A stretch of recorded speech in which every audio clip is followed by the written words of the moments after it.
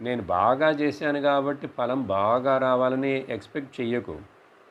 ఎందుకంటే ఆ ఫలం రావటం అనేటువంటిది వేరే చాలా విషయాల మీద ఆధారపడి కనెక్ట్ అయి ఉన్నది.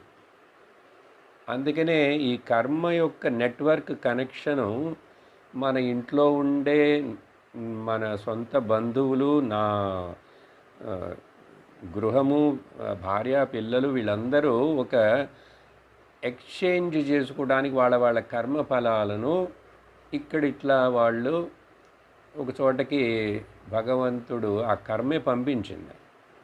కాబట్టి ఇక్కడ వాళ్ళ వాళ్ళ కర్మ ఫలాలను వాళ్ళు క్యాన్సిల్ చేసుకోవడానికి ఇట్లా ఎఫెక్ట్ ఒకళ్ళ మీదకి ఉంటుంటుంది.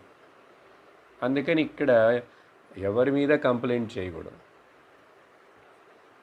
ఏమి జరగాలో ఏమి అవ్వాలో ఆ ఫలం అదే వస్తుంది. కాబట్టి